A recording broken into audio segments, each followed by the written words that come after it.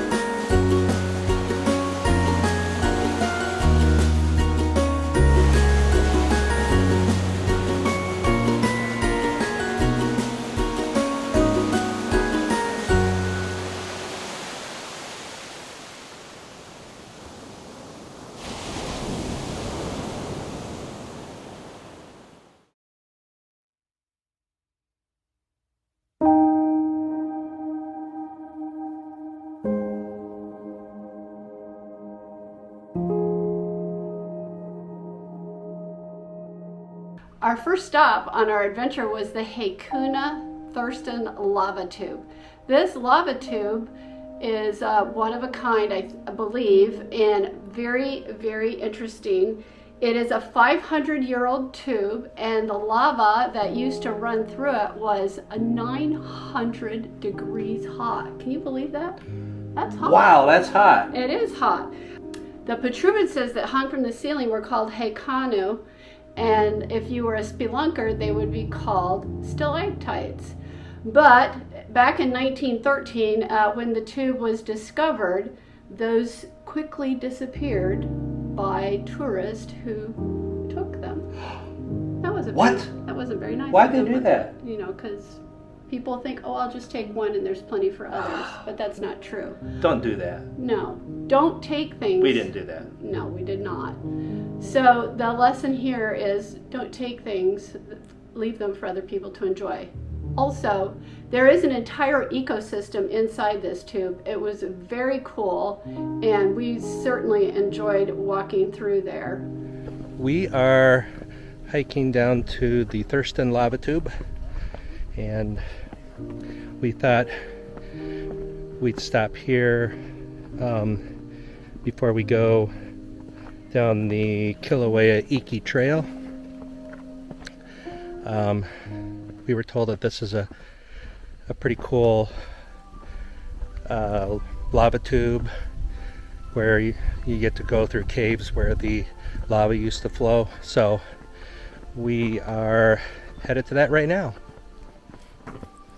It's just beautiful, and thankfully we got sunshine. Yay!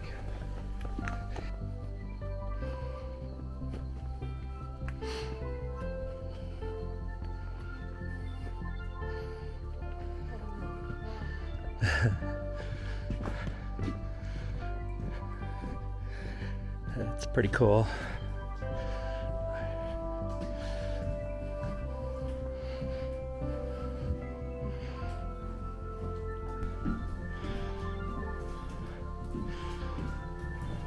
This is so cool. This is amazing. Much better than spelunking, I say. You'd say?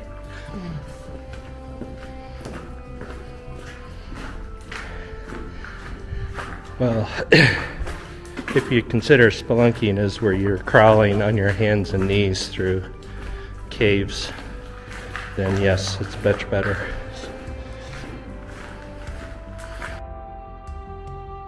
So think about it, this is where lava used to flow. Mm-hmm. Very cool.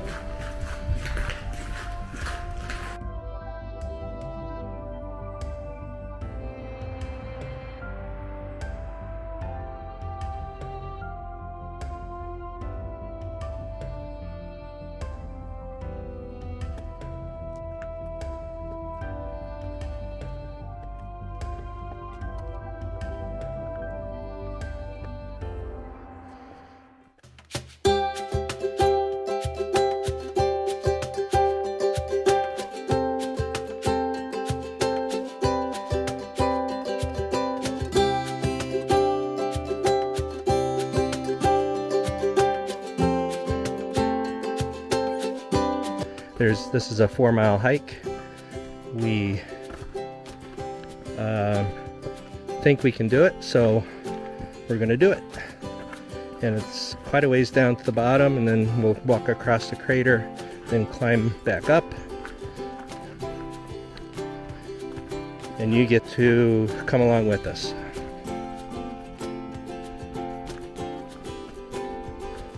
Right, Perry? Yep, I think it'll be great.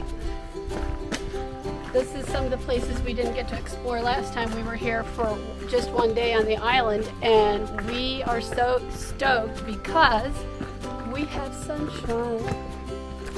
And we're at a high elevation, so it's cool, so we don't get sweaty. Oh, good point. It's at a good temperature for hiking. So, fun fact. I just read, because I wanted to be accurate in my data, but in 1959, November of 1959, this Iki crater that was the lava lake had a fountain that shot lava into the air about 320 meters. So that's pretty impressive, I think. And we're headed down, and maybe about halfway there on the downward path, and then we'll walk across the crater, and we'll take some shots from there as well. Hi, so we're hiking the Kilauea Iki trail, and we've been passing a few folks hiking along too. It is a switchback trail. There are a lot of roots, so it's important that you pay attention, rocks and roots. Pay attention to your hike. We are wearing hiking boots, and I would recommend that that's what you wear as well. I have seen people not wearing hiking boots, and I really don't know how they do it, because an ankle twist could end your happy vacation very quickly. So hiking boots for a happy hike at the Kilauea Iki trail. And look, no pink ribbons, but we get to follow the ahu, which is stacked rocks, but you all probably knew that. Like this is stacked rocks. I wonder why they call it that. Maybe because the rocks are stacked? Supposed to follow the trail of ahu. Oh, they're everywhere. They're all over the place. Look at all that. And this is the Iki crater, the Kilauea Iki crater. So we've reached the bottom of the Kilauea Iki trail, and we are now officially at the Kilauea Iki crater, and we're going to walk across it. And this time, for the first time, instead of carrying a bundle of water bottles, I'm carrying a water bladder on my back, so I have water. It's my first time doing this, so I'm kind of happy not to have water just banging all over the place. So that's another recommendation I make, is carry a bladder on your back so you don't get too thirsty and don't have water. So that's a great idea, Perry. There you go. All right. Great tip for our viewers.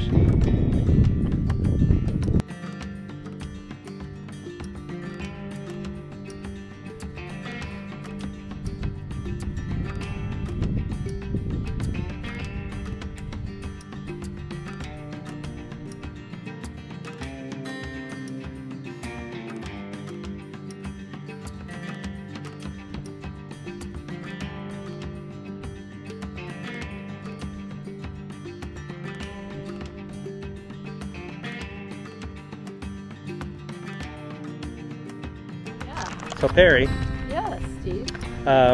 what did we learn about your water bag today? Well, that you need to read your instructions before you use it. Otherwise, you have to stop in the middle of your hike and figure it out. And what did you learn? That first of all, if it's not attached at the source of water, you're not going to get water. Okay, point A. number one. Number one. Number A. Two, Point. you have to bite the plastic, aka the nipple, for the water to come out. Huh. Well, who would have thought? Who would have thought? And now it works like a dream. Wonderful.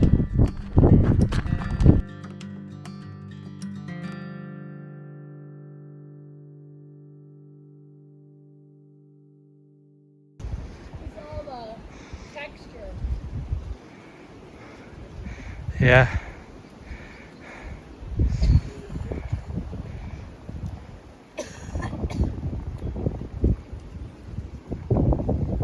Hello. Hi.